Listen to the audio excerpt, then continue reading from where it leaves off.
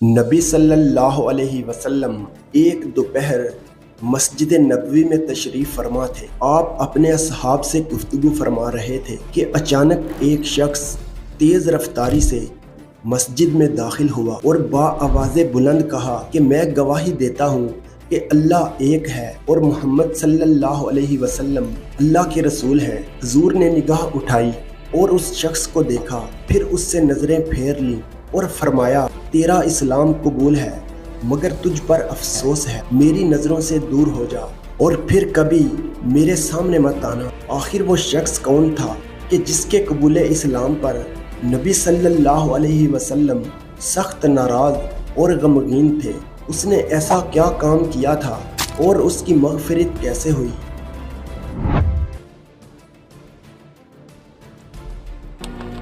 بك قتلت خير الناس حمزة بن عبد المطلب ولا يقولون قاتل حمزة۔ اسلام سے قبل زمانہ جاہلیت میں ملک عرب میں غلام خریدنے اور بیچنے کا رواج تھا۔ ہر اعلیٰ طبقے والے گھروں میں چھوٹے بڑے کام کاج کے لیے غلام رکھے جاتے تھے۔ غلام اور موالی عرب معاشرے کا حقیر ترین طبقہ تھا۔ یہ غلام زیادہ تر افریقہ سے لائے جاتے تھے۔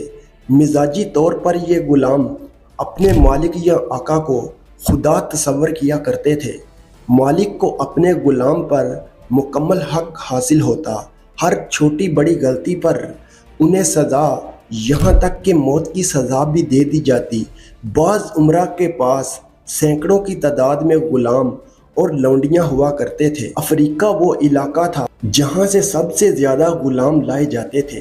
ان حبشی غلاموں میں ایک غلام وحشی بن حرب تھا جو مکہ کے سردار زبیر بن تم کا غلام تھا۔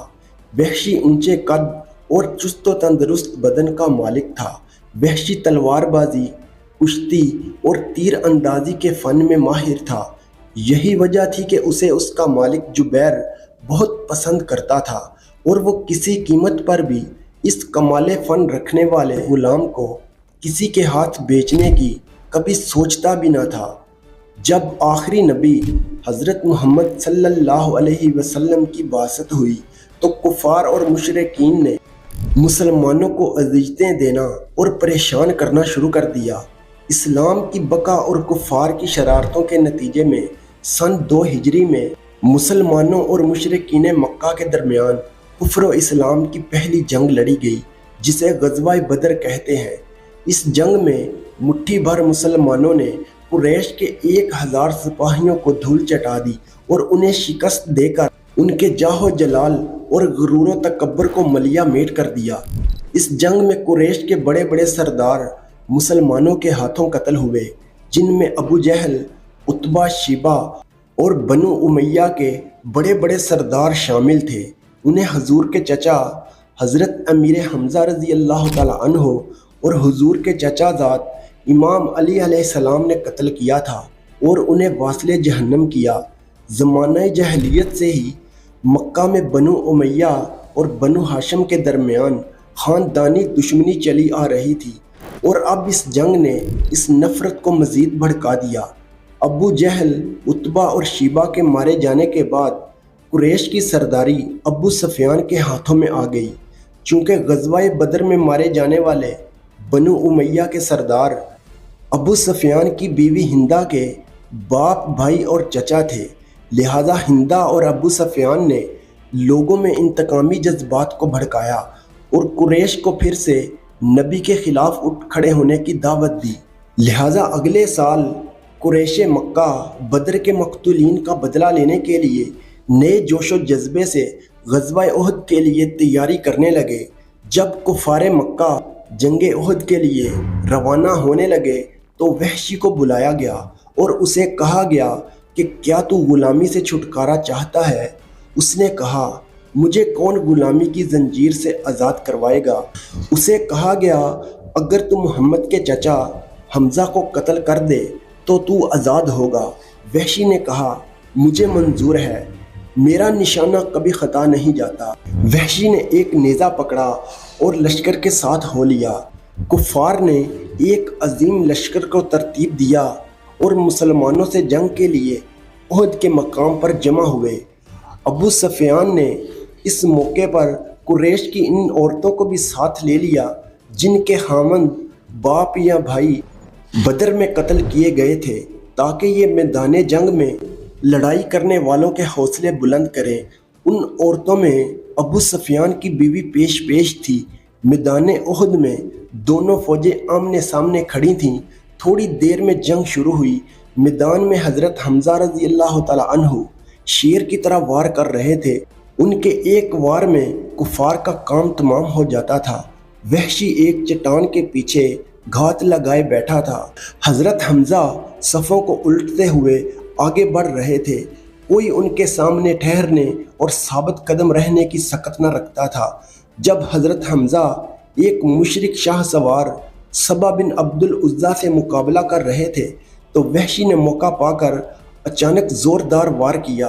اس کا نیزہ حضرت حمزہ کے پیٹ کے نچلے حصے کو کاٹتے ہوئے اندر چلا گیا اور چیرتے ہوئے دوسری جانب نکل گیا۔ آپ وہیں گر پڑے۔ نیزہ ان کے جسم میں پیوست تھا۔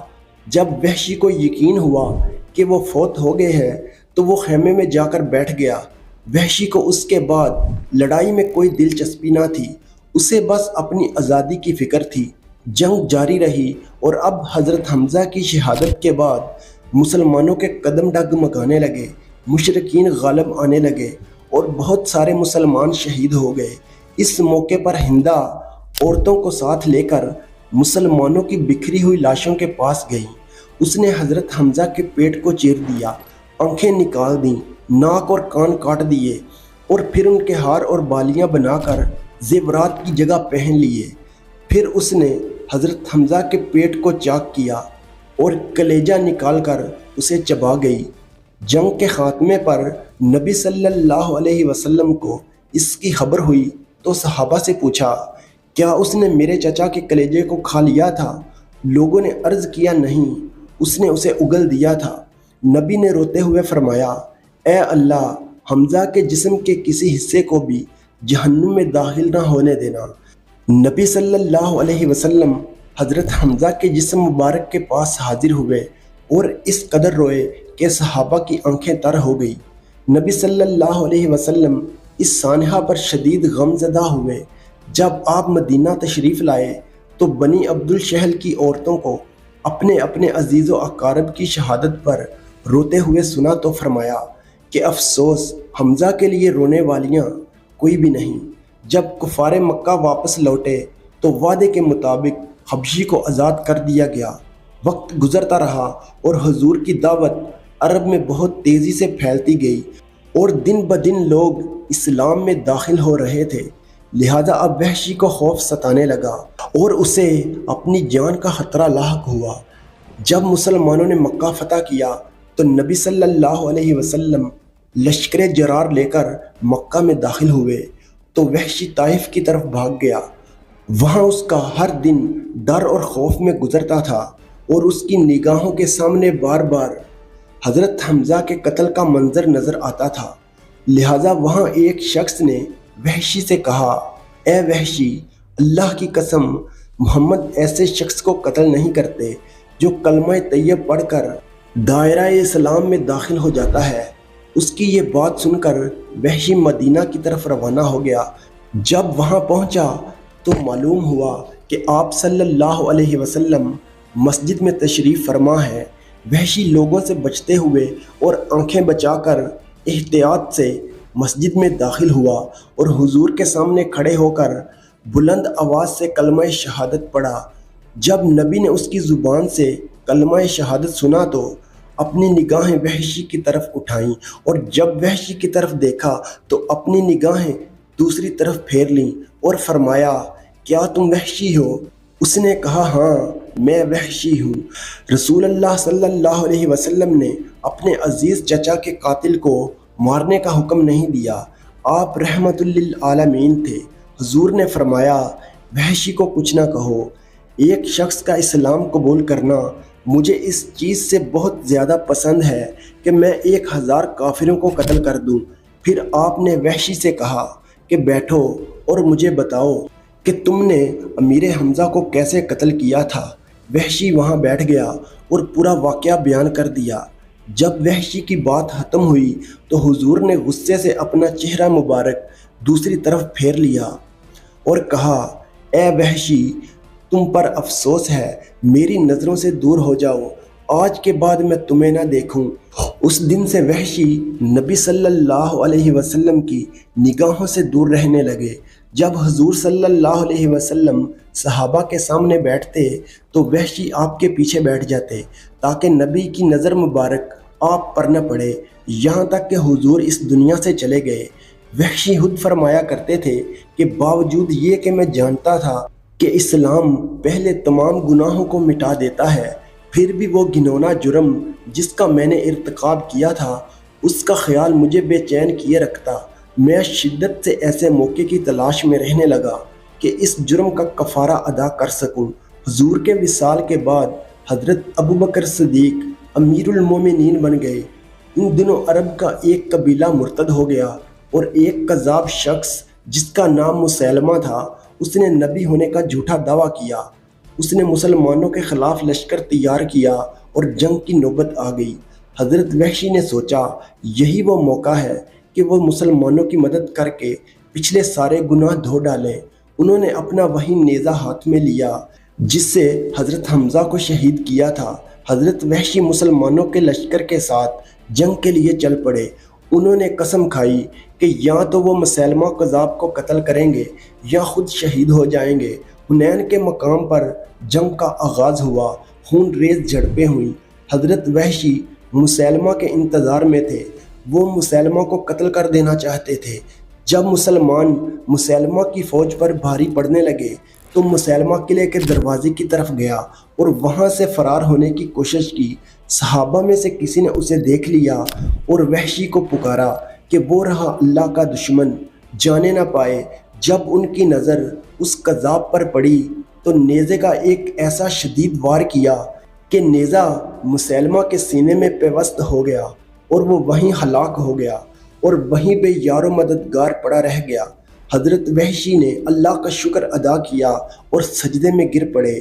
اب حضرت وحشی کا دل کچھ مطمئن ہوا کہ انہوں نے حضرت حمزہ کو شہید کرنے کی تلافی کر دی۔